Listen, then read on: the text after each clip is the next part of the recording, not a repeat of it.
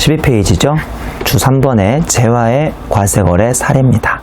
왼쪽 세로는 과세거래로 보는 경우이기 때문에 부가세 과세가 되고요.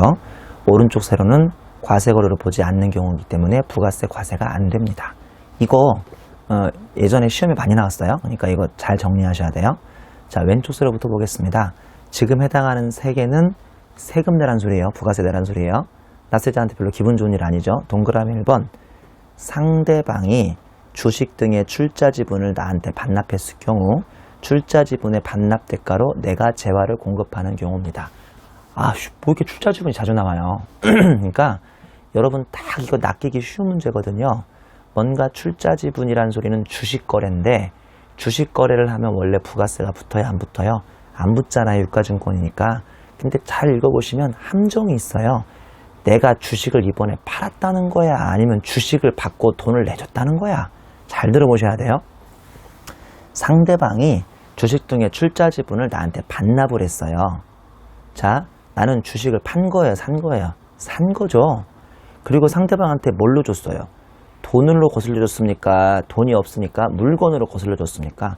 보다시피 출자 지분의 반납 대가로 내가 재화를 공급했잖아요. 그러니까 상대방이 나한테 1억짜리 삼성전자 주식을 팔았는데 내가 그걸 반납받고 상대방한테 현금으로 줘버리면 이거는 부가세 거래가 아니라고요. 근데 현금이 없으니까 내 물건으로 이렇게 공급해줬어요. 나는 지금 물건을 판 거예요? 주식을 판 거예요? 물건 파는 거 아니에요? 그러면 쉽게 얘기해서 이거는 부가세가 붙는다고요. 그러니까 딱 이거 그 함정으로 나오기 쉽습니다. 주식이란 단어가 나왔다고 해서 무조건 부가세가 안 붙는 게 아니에요. 내가 주식을 산 건가 판 건가. 나는 주식을 사오고 돈으로 줬은 것도 아니고 물건으로 줬으니까 나는 결국은 물건 판 셈이에요. 물건 판 셈. 이거는 부가세가 붙는다니까요. 동그라미 2번. 향후 반환 조건이 없는 골프장, 테니스장 등의 입회금 등이라고 했습니다. 가로 열고 향후 반환할 경우에는 부채 의무로 과세가 안 됨. 이것도 한 번만 정확히 이해하시면 다시는 공부할 필요가 없는데요. 여러분 왜 헬스장 같은 데 가면요. 그 입회금이나 뭐 이런 거 받잖아요. 그 받으면 그걸 나중에 돌려줍니까? 안 돌려줍니까? 헬스장 입장에서 입회금이나 가입비는 나중에 잘 안 돌려주거든요. 말 그대로 입회할 때나 가입할 때 한 번 받고 땡 끝나는 거니까. 그러면 헬스장 주인 입장에서는 이런 입회금, 반환금 같은 게 자기의 매출에 들어오는 거예요. 돌려줄 필요가 없으니까. 그러면 매출 과표에 잡힙니다. 근데 그거 말고요. 왜 헬스장에서 사물함이나 라카를 쓸 때 10,000원 정도 보증금을 걸 때가 또 있잖아요. 헬스장 사용자 입장에서. 근데 이 10,000원의 보증금은 나중에 짐 뺄 때 돌려줍니까? 안 돌려줍니까? 그런 건 대부분 돌려주죠. 그러면 헬스장 주인 입장에서는 10,000원의 라커라든지 그 열쇠 보증금은 나중에 손님이 그만두겠다고 하면 언제나 돌려줘야 할 뭐에 불과합니까? 가로에 있는 부채 성격에 불과하므로 이런 건 과세가 안 됩니다. 이해하셨죠? 여러분 눈높이에 맞게 설명해 드릴까요? 여러분들 중에서 뭐 학원 같은 데 다니는 데 사람 있을 거예요. 학교는 안 그런데 학교는 내가 알기로 학교에 그 라카 사물함 쓸 때마다 뭐 학기 초에 이렇게 보증금을 내나요? 뭐 낼 수도 있고 안 낼 수도 있는데 보통 학원 같은 데서는 이렇게 사물함에다가 뭐 보증금 10,000원 같은 걸 내고 또 한 달 사용료를 내는 경우가 있거든요.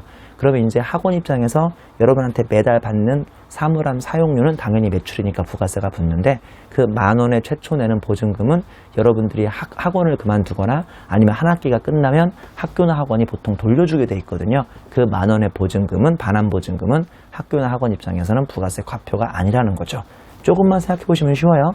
왜 이렇게 쉬운 걸 장황하게 설명하느냐? 여러분이 외울까봐 그러는 거예요. 외우지 마시라고. 동그라미 3번. 사업자가 과세사업에 사용 후 매각하는 비영업용 소형승용차죠. 비영업용 소형승용차는 부가세 강의에서 진짜 자주 등장합니다. 아주 중요한 개념인데요.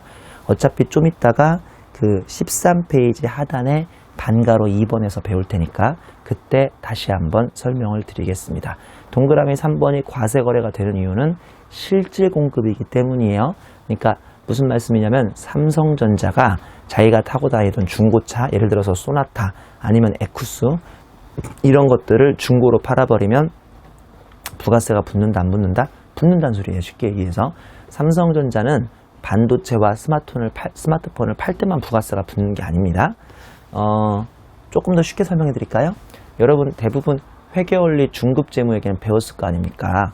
삼성전자가 스마트폰이나 반도체를 팔고 100억을 벌었으면 이건 매출액입니까? 기타 수익입니까? 매출액이죠. 근데 그게 아니고 삼성전자가 자기가 가지고 있던 토지나 건물을 팔고 시세 차익을 노리면 이거는 매출액인가요? 기타 수익인가요? 기타 수익이죠. 어려워요? 무슨 말씀인지 알죠? 근데 부가세에서는 자신의 본업인 핸드폰이나 스마트폰이나 아니면 반도체를 팔아도 당연히 부가세 과세 거래고요. 이거 오해하시면 안 돼요. 부가세 거래에서는 기타 수익으로 가는 뭐 건물을 팔아서 처분이익이 나오거나 아니면 말씀드린 것처럼 타고 다니던 중고차를 팔아서 처분이익이 나와도 이게 아무리 재무회계에서는 매출액이 아니고 기타 수익이어도 부가세 붙습니까? 안 붙습니까? 붙는 거예요. 이거 오해하시면 안 됩니다. 저 옛날에 공부할 때 오해했어요. 아, 부가세 거래는 매출액에만 10%가 붙는구나. 아니라니까요. 기타 수익으로 해당하는 뭐 중고차를 팔든 건물을 팔든 이렇게 기타 수익에 해당하는 매출액 아닌 것도 부가세가 붙어요. 그러니까 쉽게 얘기해서 남한테 돈 받으면 부가세 거의 붙는다고 생각하면 돼요. 남한테 돈 받으면 그게 매출액이든 기타 수익이든 뭐 다 그런 건 아닙니다만 꼭 기억하세요. 이거 중요하니까. 자, 꽃표시 1번 비영업용 소형승용차는 매입시는 매입세 불공제이나 실질 공급시는 매출세액이 과세됨. 아직 뭔 소리인지 못 알아들어요. 왜냐면 실질 공급하고 옆에 이제 나오는 간주 공급의 차이점을 아셔야 이 문장이 되기도 하고요. 그 다음에 비영업용 소형주용차가 매입세액이 불공제된다는 것은 5장의 매입세액 챕터에 또 가보셔야 무슨 말씀인지 아니까 지금은 욕심내지 마시고 그냥 한번 읽어만 보시면 되겠습니다. 자, 여기에 비해서 오른쪽 세로는 과세 거래를 보지 않는 경우니까 납세자한테 유리한 경우죠. 왜냐하면 VAT가 과세가 안 되니까요. 동그라미 1번 출자 지분을 양도하거나 반납하고 그 대가로 금전을 받는 경우입니다. 이거 서로 동그라미 1번끼리 서로 비교하는 거죠. 동그라미 1번은 내가 주식을 가지고 있는데 이 출자 지분 주식을 누군가한테 양도하거나 반납해요. 제3자한테 양도하거나 삼성전자에 반납을 하는 거겠죠. 그러면 그 대가로 금전을 받았습니다. 자, 나는 뭐 판 거죠? 나는 뭐 판 거예요? 나 주식 판 거잖아요. 주식은 유가증권 거래니까 부가세 안 붙는다면서요. 이거 부가세 안 붙습니다. 동그라미 2번 재고자산의 폐품, 수재, 화재, 도난, 파손 등입니다. 이것도 쉬워요. 나의 재고자산이 사라졌는데 거래처에 돈 받고 사라진 거라면 즉 돈 받고 판 거라면 부가세 내시는 거고요. 그게 아니라 막 수재에 폭풍, 홍수에 막 떠내려가 버렸어요. 내가 누구한테 돈 받은 거죠? 대자연한테 돈을 받은 건가요? 그게 아니니까 당연히 부가세는 안 내는 겁니다. 나 지금 응? 태풍에 지금 내 재고가 지금 다 물에 잠겨가지고 떠내려가서 가슴 아픈데 국세청이 이거 재고 팔았네요. 부가세 내세요. 뭐 그러면 안 되잖아요. 염장 지르는 거 아닙니까? 뭐 당연히 이건 부가세 안 내는 겁니다. 동그라미 3번 손해배상금, 지체상금, 위약금이에요. 이것도 쉬워요. 내가 소매업자인데요. 도매업자가 나한테 오늘까지 그러니까 내가 한마디로 문방구 사장인데 소매업자인데 도매업자가 나한테 이 펜을 오늘까지 10,000통을 공급하기로 했는데 자기가 뭐 물량이 딸린다면 10,000통을 공급 못 하겠대요. 여러분 친한 사람끼리는 내일 줘 하면 되는데요. 우리가 법인 대 법인끼리의 거래는요.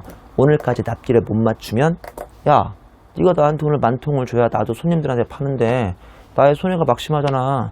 너 당초 계약 조건이나 거래 조건에 따라서 하루 늦을 때마다 나한테 손해배상금, 지체보상금, 책에는 그게 지체상금이라고 돼 있죠. 어려우시면 가운데 보자만 집어넣으면 돼요. 지체보상금, 위약금을 주게 돼 있어요. 그럼 나 돈 벌었잖아요. 이거 부가세 내게요, 안 내게요? 그러니까 상대방한테 위약금이나 지체보상금이나 손해배상금을 1억 1,000을 받아가지고 1억만 내가 갖고 1,000만 원 부가세 내게요, 안 내게요? 안 내죠. 왜 안 내느냐? 잘 생각해 보세요. 부가세는 이렇게 이마트가 최종 소비자한테 뭔가를 거래할 때 또는 최종 소비자가 소비할 때마다 내는 소위 거래세, 소비세라고도 합니다. 지금 지체보상금, 위약금 또는 손해배상금은 뭔가를 소비했나요? 뭔가를 거래했나요? 그 대가로 주고받는 게 아니니까 부가세를 안 내는 거죠. 간단합니다. 동그라미 4번 협회나 단체가 회원으로부터 받는 협회비, 찬조비, 특별회비입니다. 쉽게 얘기해서 대한상공회의소가 각각 자기들 소속되어 있는 여러 기업으로부터 1년에 한두 번씩 협회비 같은 걸 받아요. 이거 거래세나 소비세인 거는 아니죠. 뭔가 거래하면서 협회비를 내는 거 아니에요. 뭔가 소비하면서 협회비를 내는 건 아닙니다. 동그라미 5번 채선요 동그라미 6번의 조출료인데요. 여러분 그냥 답만 일단 기억하세요. 답만. 채선요는 선주가 하역회사로부터 받는 경우 채선요는 부가세가 가세가 안 되는 거지, 거꾸로 하역회사가 선주로부터 받아버리면 부가세가 가세될 수가 있습니다. 좀 헷갈리죠? 밑에 그림에서 설명드릴 건데요. 동그라미 6번의 조출료는 화주가 선주로부터 받으면 부가세 과세가 안 되는데요. 거꾸로 선주가 화주로부터 받으면 부가세 과세 거래가 됩니다. 이게 과연 무슨 뜻일까요? 자, 한번 왼쪽 세로와 오른쪽 세로의 그림을 한번 비교해 보죠. 아마 다들 아주 생소하실 거예요. 대부분 학생들은 지금 태어나서 이 단어를 처음 들을 겁니다. 글쎄요, 실무에서는 그렇게 중요하지 않은데 안타깝게 이런 게 우리 시험에 나오죠. 그러니까 공부를 하셔야 합니다. 케이스 1은 하역회사와 선주 사이의 관계고요. 케이스 2는 선주와 화주 사이의 관계입니다. 자, 이 단어 자체가 생소하죠. 하역회사와 선주의 관계는 뭐냐면요. 미국에서 큰 배가 화물을 싣고 들어왔어요. 그러면 그 선주, 그러니까 그 배의 선주, 그 사람은 빨리 이렇게 부산항에다가 이 배를 딱 입항을 시키면요. 거기 가득 차 있는 화물을 자신들이 내리는 경우도 있지만 부산 그 항구에 근무하는 그 하역회사가 얼렁얼렁 물건을 이렇게 내려주는 거예요. 그러면 자, 검은색 동그라미 1번 보시죠. 검은색 동그라미 1번. 그러면 하역회사가 선주한테 하역 용역을 이렇게 제공하고 있죠. 맞죠? 그러면 선주는 하역에 대한 대가로 돈을 줘야 할 거 아니에요? 고생하셨어요. 짐 내려주느라고 고생하셨어요. 라고 해서 하역에 대한 대가를 주는 거죠. 이건 당연히 부가세가 과세가 됩니다. 지금 제가 동그라미 5번 채선료, 동그라미 6번 조출료는 이거랑 관계 없어요. 그 밑에 있는 박스랑 관계 있는 거예요. 잘 보세요. 하역회사가 배에 있는 그 화물에 대한 대가를 받는 관계죠. 근데 이때 하역회사가 화물을 예정보다 늦게 내려준 후 벌금 성격으로 선주가 하역회사로부터 채선료를 받는 경우가 있는데, 이는 하역대가와 관계가 없으므로 부가세 과세가 안 됨. 자, 무슨 말씀이냐면 선주 입장에서는 하역회사가 3일 만에 짐을 내려주기로 했는데요. 이 하역회사가 바쁘대요. 바빠가지고 보시는 것처럼 선주가 하역회사로부터, 그러니까 하역회사가 당시에 약속하기 3일 만에 모든 화물을 내려준다고 했는데 이것들이 바쁜지 5일 만에 내려주는 거예요. 자, 선주 입장에서는 하역회사가 짐을 빨리빨리 비워준 다음에 그 텅 빈 배를 또 어딘가 5대양 6대주를 막 누벼야 자기는 돈을 벌 수 있을 거 아닙니까? 근데 3일 만에 짐을 빼주기로 한 하역회사가 5일 만에 빼주면, 야, 니네 우리 배가 늦게 사용할 수밖에 없으니까 채선료, 배가 연체된 거에 대해서 채선료를 내라라고 할 겁니다. 이건 부가세가 안 붙어요. 왜 그런지 아세요? 그거는 거꾸로 설명하면 쉬운데, 거꾸로 하역회사가 3일 만에 짐을 내려주기로 했는데 이틀 만에 내려줘 버린 거예요. 아주 열심히 일해서. 그러면 거꾸로 선주는 하루 더 빨리 배를 쓸 수가 있어요. 그러면 이거 고맙다고 조출료, 일찍 출항할 수 있다, 출발할 수 있다고 해서 조출료라는 걸 내요. 자, 다시 그림으로 가보세요. 채선료는 화살표 동그라미 1번으로 갑니까? 2번으로 갑니까? 1번으로 가죠? 하역회사가 선주한테 주는 게 채선료니까. 조출료는 거꾸로 선주가 하역회사한테 가는 거니까 동그라미 2번 화살표로 가죠. 이해하셨어요? 아까 이 그림에서 1번이 부가세 붙는 거래였어요. 2번이 붙는 거래였어요. 2번이 붙는 거래였죠. 그러니까 똑같이 채선료인 동그라미 1번에는 부가세가 안 붙고요. 조출료인 동그라미 2번에만 부가세가 붙습니다. 이해하셨어요? 이번에는 오른쪽 세로예요. 케이스 2를 보시면 되는데 이번에는 선주와 화주와의 관계입니다. 자, 쉽게 얘기해서 현대차와 현대상선의 거래라고 생각하면 쉬워요. 현대차는 왜 우리 수출 역군이라고 해서 막 TV에 자료화면 나오는 거 보면 왜 평택항이나 인천항에 자동차들이 막 그 선적되려고 이렇게 막 엄청 크게 이렇게 줄 서 있는 거 알죠? 그거를 현대차가 화주인데, 화물 주인인데 빨리빨리 선주, 즉 배에다가 이렇게 실어주면 배가 이제 그걸 현대상선이 그 자동차가 가득 적재되어 있는 그 배를 가지고 어딘가 수출하러 갈 거 아닙니까? 그러면 보세요. 선주가 화주한테 동그라미 1번에 운송 용역을 제공하면 이번에는 화주가 선주에게 운송에 대한 대가를 주는데 동그라미 2번이 바로 과세 거래가 되는 겁니다. 여기까지는 기본이고 이제 밑에 있는 박스 읽어보시면 선주 즉 현대상선이 화주 현대차의 화물을 운송해 준 후 화주로부터 대가를 받는 관계인데 이때 화주가 화물 자동차를 부두에 일찍 갖다 놓으면요 배가 일찍 출발할 수 있기 때문에 화주가 선주로부터 보상 성격으로 조출료를 받습니다. 자, 이번에는 무슨 소리냐? 화주가 빨리빨리 배에다가 갖다 놓거나 빨리빨리 자동차를 실어버리면 배가 예정보다 하루나 이틀 빨리 출발할 수 있잖아요. 이거를 소위 조출료라고 합니다. 그래서 이때는 고맙다고 선주가 화주한테 돈을 주고요.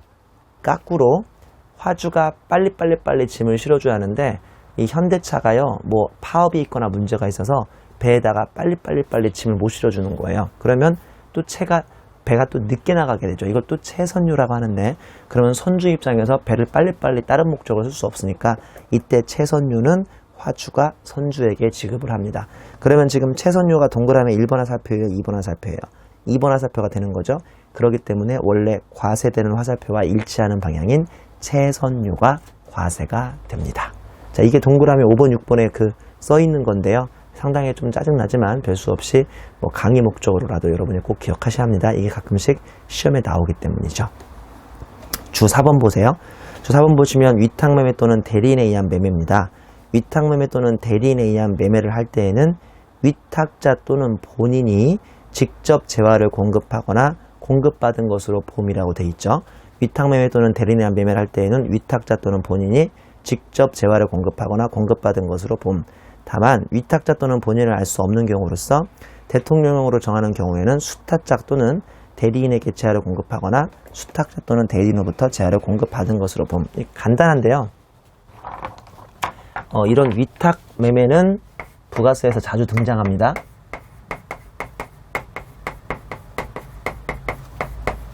위탁 매매 또는 위탁 거래인데 비교적 간단해요.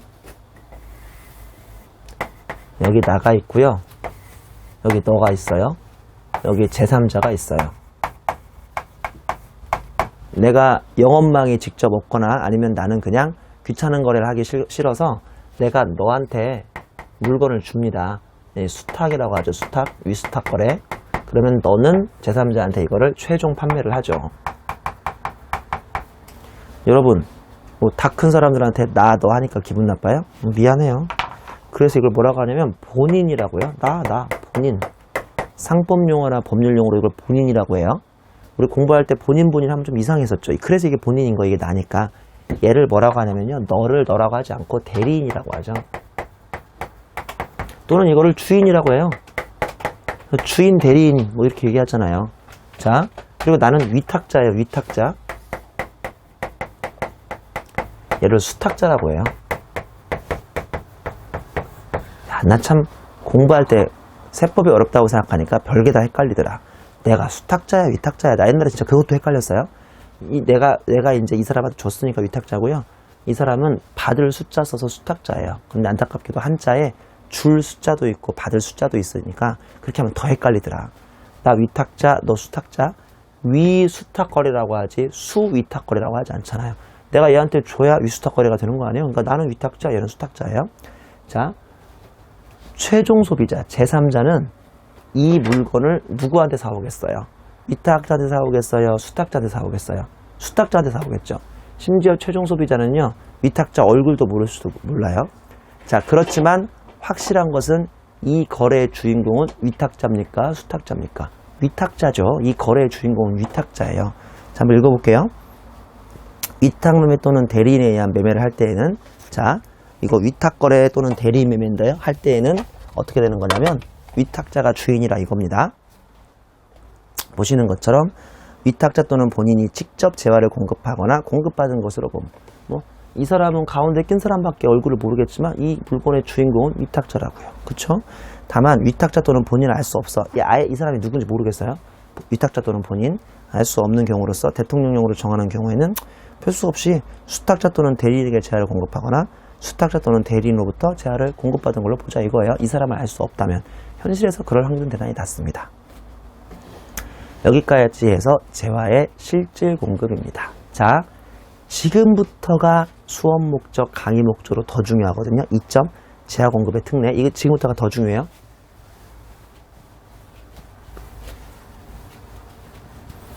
책에는 이 그림이 없는데 제가 한번 이 그림을 한번 그려보죠.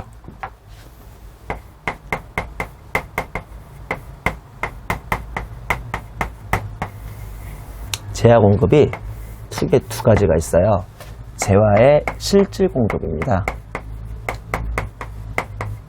그리고 재화의 간주 공급이라는 게 있습니다. 참고로 이게 뭘로 바뀌었다고요? 재화 공급의 특례.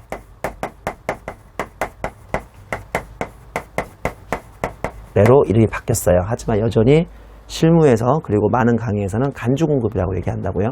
또는 공급 의제라고 하는 분도 있다고 그랬어요. 근데 이게 훨씬 더 중요합니다. 자, 재화 공급의 특례는 또 다시 네 가지로 나뉩니다. 다시 네 가지로.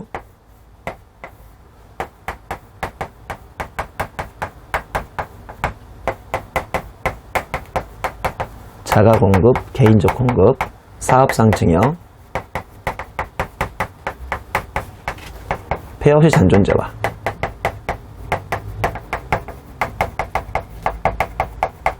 이렇게 해서 또 네 가지로 나뉘고 있습니다. 자, 근데요.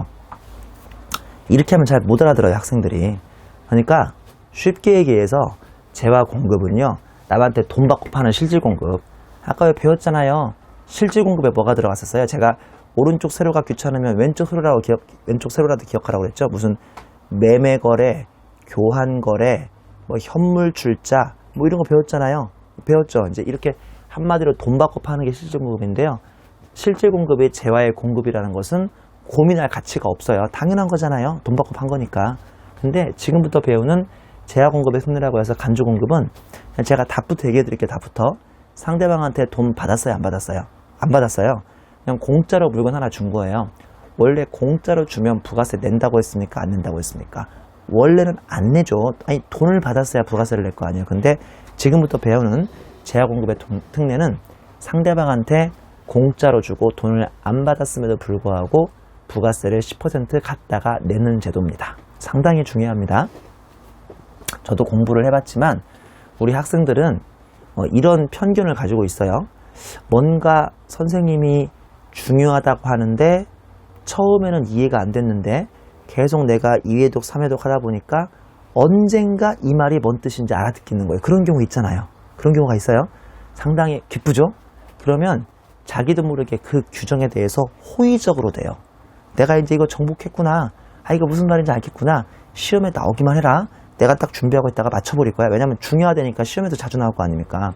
근데 여러분 너무 재화 공급의 특례를 호의적으로 생각하지 마세요. 지금부터 공부하실 재화 공급의 특례는 실무자들이 제일 싫어하는 것 중에 하나예요. 왜 그러겠어요? 왜 그러기는요. 제가 좀 대놓고 얘기해 볼까요? 상대방한테 대가를 받았다 하더라도 기회만 되면 부가세를 안 내고 싶어 하는 게 우리나라 사업의 관행입니다. 물론 큰 기업 말고요. 큰 기업, 대기업 말고 학교 앞에서 떡볶이 장사하시는 분들, 나한테 떡볶이 10,000원어치 판 다음에 내가 10,000원을 카드로 결제하면 그분은 세금을 안 낼 수 없는데요. 내가 현금으로 10,000원짜리 줘버리면 원래 그 10,000원 안에는 진정한 떡볶이 값은 9091, 9,091원이고 부가세가 900원 들어가 있는 건데 과연 부가세 신고할까요? 뭐 나 같아도 안 하겠다. 나 같아도. 우리나라 조그마한 영세기업이나 소규모 기업들은요. 부가세 신고를 안 하는 경우가 부지 기수예요. 제가 다 먹어버린다고요. 909원까지. 근데 지금 배우는 재화공급, 간주공급의 특례는 뭐 심지어 상대방한테 돈을 안 받았어도 부가세를 내야 하니까 얼마나 억울하고 답답하겠습니까? 그래서 실무자들은요. 재화공급의 특례, 간주공급을 대단히 싫어하는 편입니다. 우리는 강의 목적으로 꼭 마스터하셔야겠습니다. 자, 내용을 보시면 상대방으로부터 대가를 받지 않았어도 10%의 매출세액을 내가 스스로 만들어서 국가에 납부하는 제도라는 거죠. 이게 딱 간주공급의 취지예요. 상대방으로부터 대가를 받지 않았어도 10%의 매출세액을 내가 스스로 만들어서 국가에 납부하는 제도입니다. 꽃표시 1번 보세요. 꽃표시 1번. 간주공급은 금방까지 배웠던 실질공급과 비교해서 상대방으로부터 현금 등으로 대가를 받지 않았음에도 불구하고 10%의 매출세액을 자기가 스스로 만들어서 국가에 납부하는 최악의 제도라고 생각하면 됩니다. 제가 지금 배드라고 붙여놨죠. 왜 그런지 아세요? 왜 이런 엄한 제도를 붙여놨냐면 간주공급의 취지는 당초 매입했을 때 이미 10%의 매입세 공제라는 혜택을 받았기 때문에 국가는 나한테 너 혜택 본 사람 끝까지 뭐를 만들어라, 뭐를 책임지라, 상대방에게 대가를 받고 넘겼든 그냥 공짜로 넘겼든 끝까지 10%의 매출세액을 책임지라는 제도입니다. 여러분들은 좀 까다롭다고 생각하고 이해가 안 된다고 생각하겠지만 저처럼 부가세를 실제 해봤고 강의까지 하는 사람들은 이 제도가 참 합리적이란 걸 알 수 있어요. 왜 합리적이냐? 잘 보세요. 대표적인 간주공급의 사례가 바로 제가 이 펜으로 들어드릴게요. 이 볼펜을 제가 그 문방구 사장님인데요. 이 볼펜을 예전에 1,000원에 사왔어요. 1,000원에 사오면서 매입세 공제 받았을까요? 안 받았을까요? 받았겠죠. 매입세 공제는 내가 이걸로 하자. 이걸로 할게요. 똑같은 걸로. 이걸로 할게요. 이마트가 오리온으로부터 2,000원짜리 물건을 사오지만 현금 결제 얼마 하고요? 2,200원을 하고 나중에 200원은 돌려받을 수 있는 겁니까? 없는 겁니까? 있는 거나 마찬가지죠. 왜냐하면 3,300원에 팔면 300원에서 200원을 빼주니까 100원만 내는 거니까 이 200원은 나중에 돌려받는 거나 마찬가지예요. 이해하시는 거죠? 자, 근데 이거를 2,000원짜리를 2,200원에 사온 다음에 200원을 돌려받는 혜택을 받았다면 국가는 이 이마트한테 뭐를 은근히 기대하겠습니까? 야, 너 매입세 공제라는 혜택을 해줬으니까 어떻게든 이거 가지고 뭐를 창출해내라? 부가세 매출세액을 창출해내라 이거예요.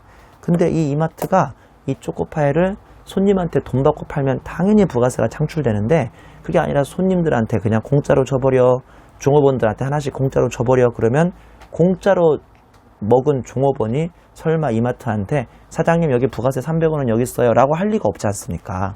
이해하시는 거죠?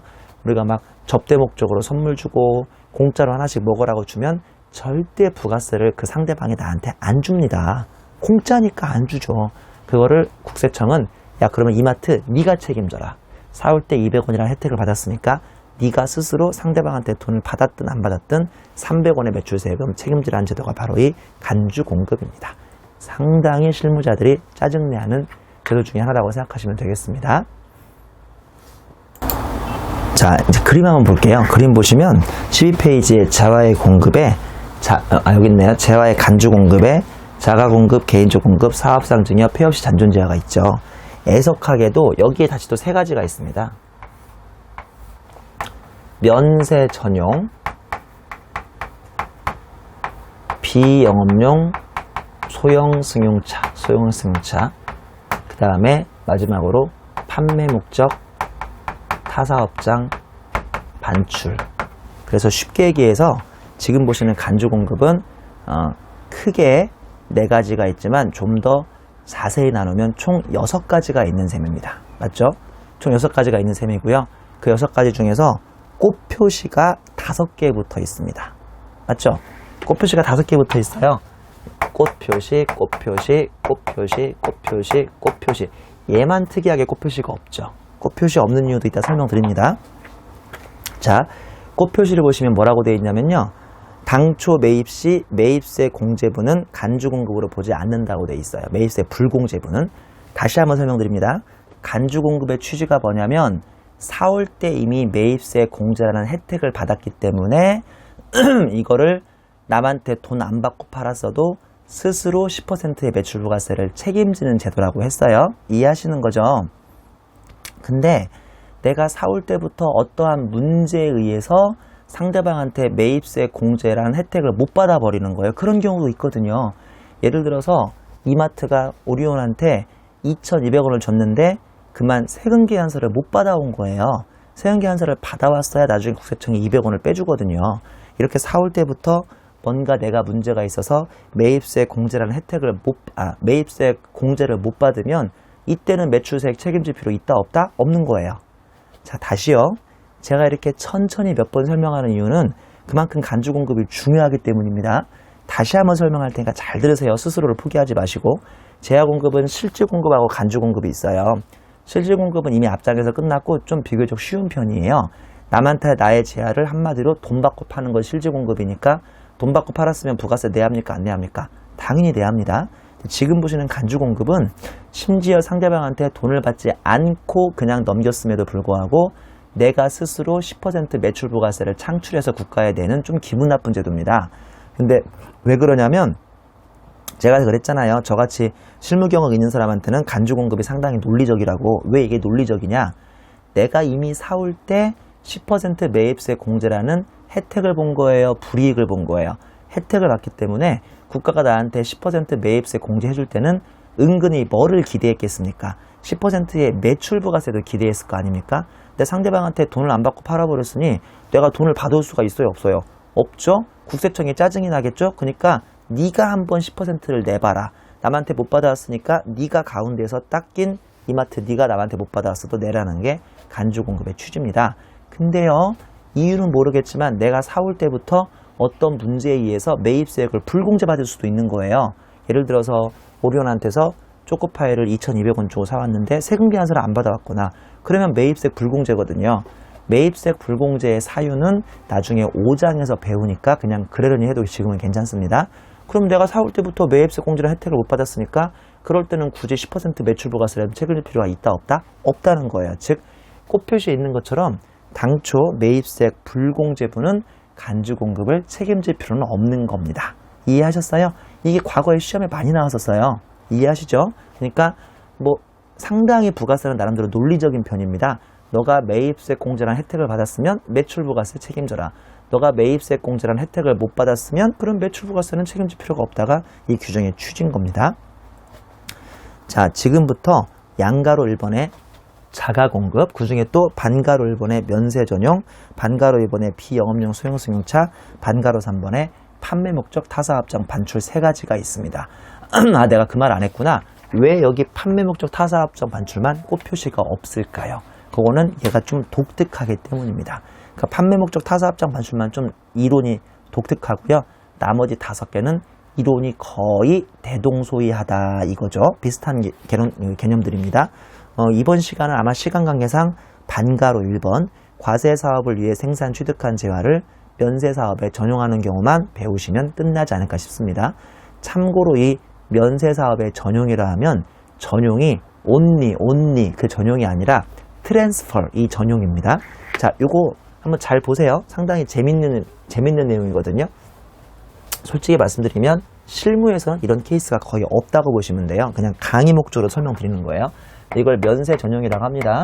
여기서 면세 전용은 only의 전용이 아니라 트랜스퍼의 전용이에요. 자, 이 사람은 지금 신문사를 운영하고 있습니다. 자, 여기에는 광고사업본부가 있고요. 여기에는 신문사업본부가 있습니다. 자, 배운 거 써먹어야죠. 광고가 과세예요? 신문이 과세예요? 광고가 과세고요. 신문은 면세입니다.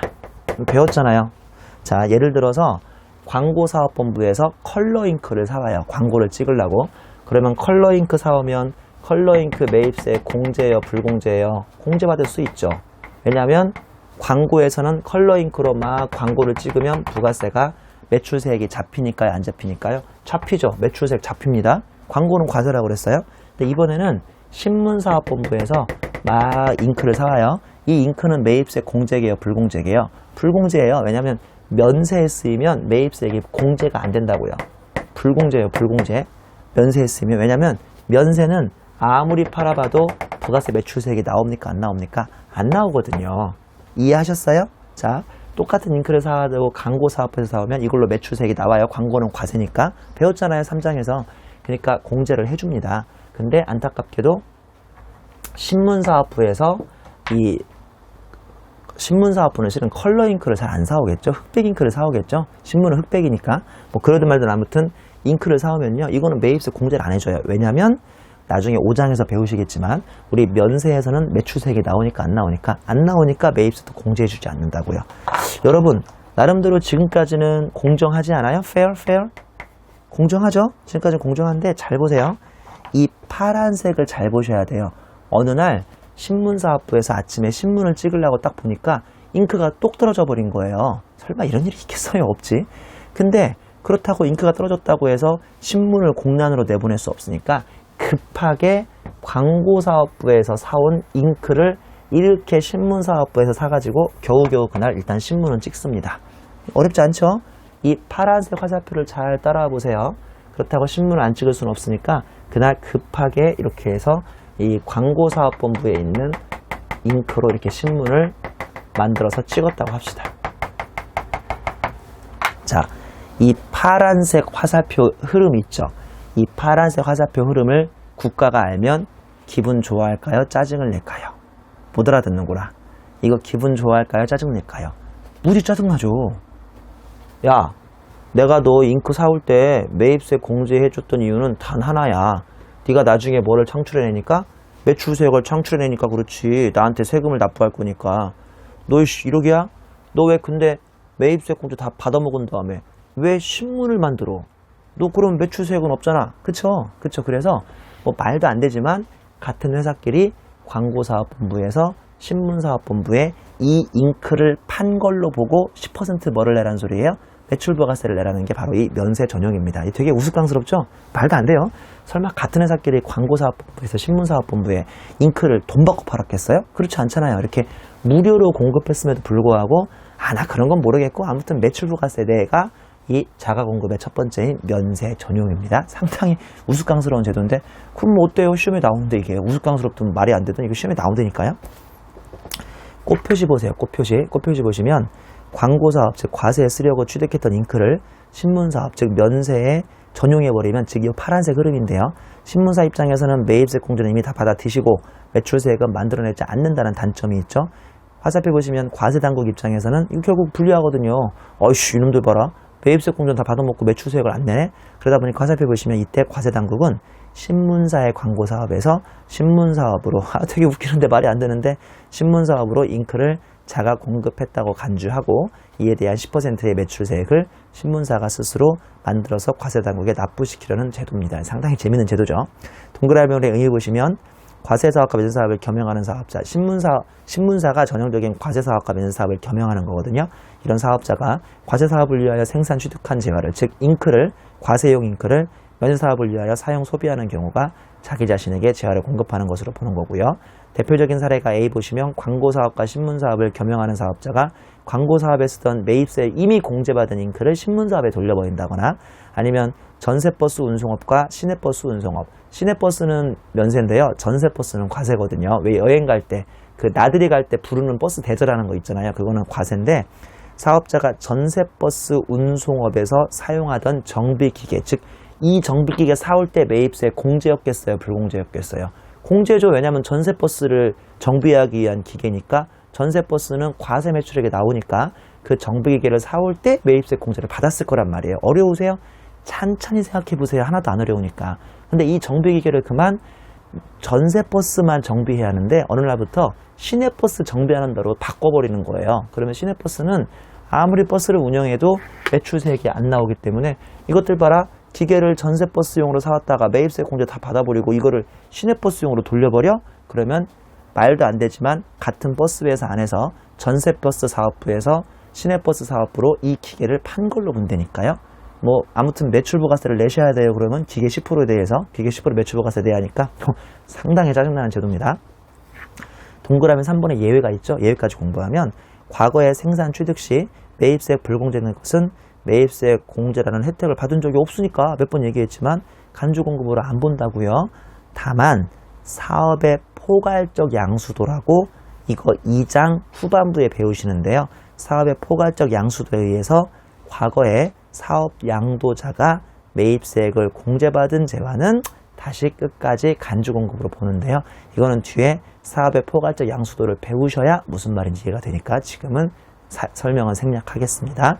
자, 이게 지금 여러분들의 간주공급의 4개 중에 첫 번째인 자가공급의 다시 3개 중에 첫 번째인 면세 전용입니다.